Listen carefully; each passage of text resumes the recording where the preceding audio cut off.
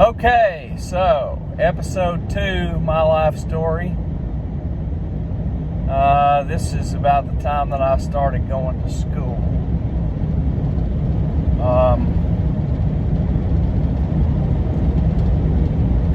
I went to Lakeside Elementary School up on 58 Highway, pretty close to the house. And looking back on it, it was very close to the house. I could have rode my bike there easily from where I lived.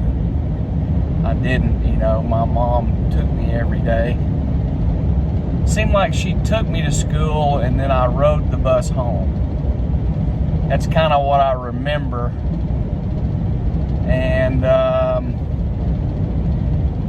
back when I was growing up, my mom had a helper at our house who cleaned the house and cooked meals and did stuff like that. Her name was Emmy Lee Jackson. And I was pretty much raised by Emmy Lee Jackson. And she was a piece of work, now I'm here to tell you. Some of y'all folks out there in this YouTube world might know her. But she was really something. And she was kind of like a woman BB King, if you can imagine. And, she was around our house for, years and years. And was a big part of, helping me grow up. And I can remember in the first grade, I back it up just a little bit. I remember my mom was going to take me to kindergarten, okay, when I was 5 years old. And she was going to take me to St. John's United Methodist Church. And I can remember her taking me there. And I remember distinctly going berserko crazy that somebody was going to leave me in some kind of school. And I just couldn't handle it, So I don't think I went to kindergarten for very long. Maybe that one day or two. And I think Mom just decided, hey, this school thing ain't for him. So then I went to first grade at Lakeside Elementary School. And that was the first time I ever went to school. And I think my teacher was Mrs. Hawk. I can't remember exactly, but that name sticks out. She might have been second grade, I can't remember. But I remember going to first grade and Lakeside Elementary School. I could take you in there right now and walk you right back to where my classroom was. And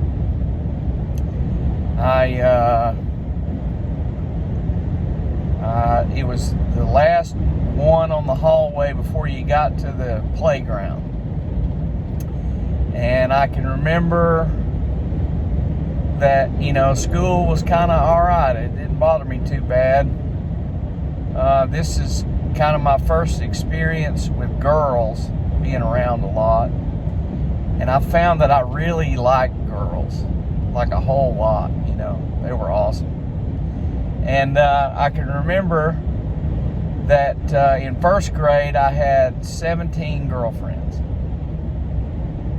And I mean, it was just like, that was like the pinnacle of my entire existence on this planet, was first grade. And I can remember distinctly going out to the playground and these girls would chase me all over the playground. And of course I wouldn't run away from them too much. I would let them catch me. And they would catch me and they would get me down on the ground, and I could just see them hovering over me now. And it's like they would whip out the lipstick, okay? First grade girls bust out the lipstick and they would put on a bunch of lipstick and start kissing me. And I mean, that was my life in first grade.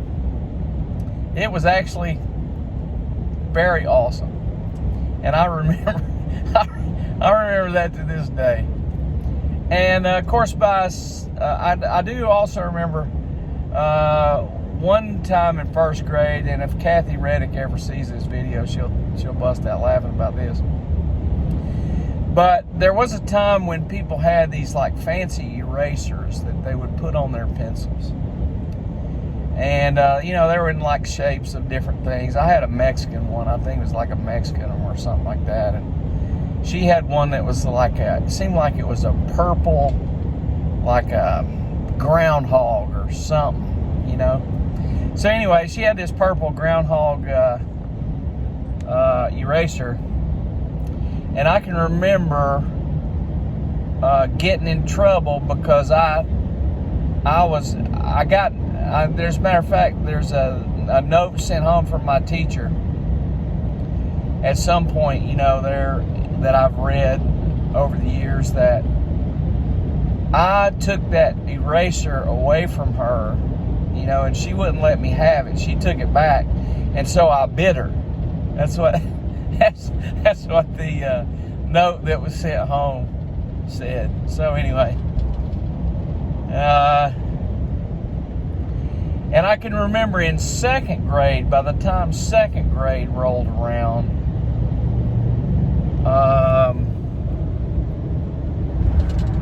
I had toned it down to 2 girlfriends.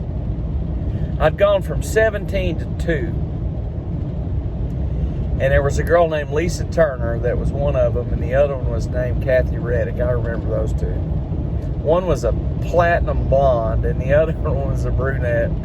And I mean, I had the world just like on a string, man. It was awesome. And I remember riding home on the bus. I would ride home on the bus in the afternoon with those 2 girls, you know. And one of them got off before the other one, and so, you know, that's kind of how it went, you know. And they were all fine with it. So that's kind of how I grew up, you know. And then I don't know. Next thing you know, it's like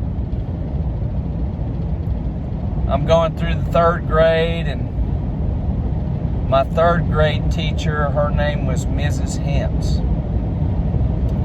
And I had a crush on Mrs. Hentz, you know, that was just unbelievable. And, I mean, she was really something. My 3rd grade teacher in 1969, I remember 1969 in January when we came back to school after the Christmas break. We had changed to 1970. And I mean, I could not, for the life of me, just change the date from 1969 to 1970. I remember for the rest of the year, because you used to have to write the date on your homework and stuff. And I mean, I would always mess that up. I would always write 1969 on there, and then I had to erase it and go back and write 1970. I can remember that. And let's see, that was in the 3rd grade. I'm pretty sure the very last day of 3rd grade,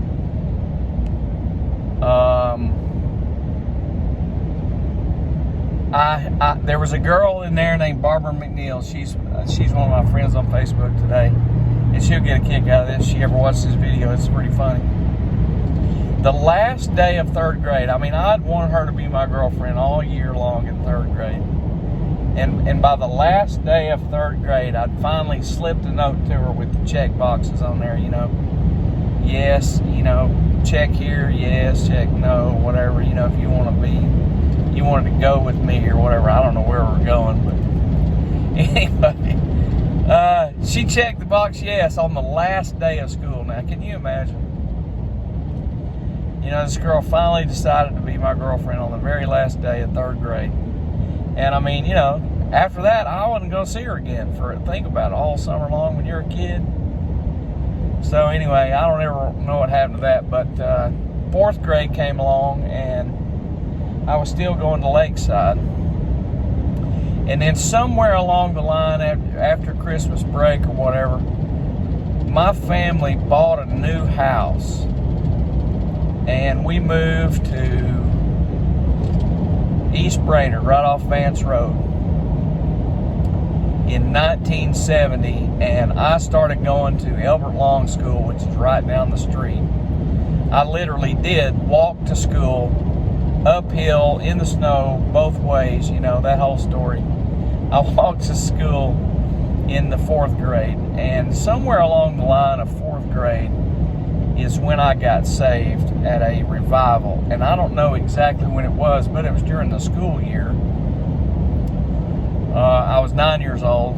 I don't know what grade that puts you in, but it's probably 4th grade because I was a young one. I was always the youngest in my class. So, I got saved at a revival. I don't know when they used to do that stuff at my church at Oakwood Baptist, but, I can remember the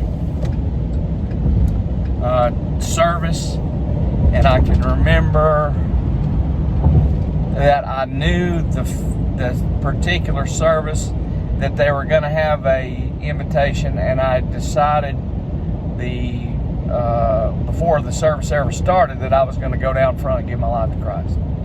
And so I did. I remember that distinctly. I remember doing it. I remember walking down the aisle, and my heart was about to beat out of my chest.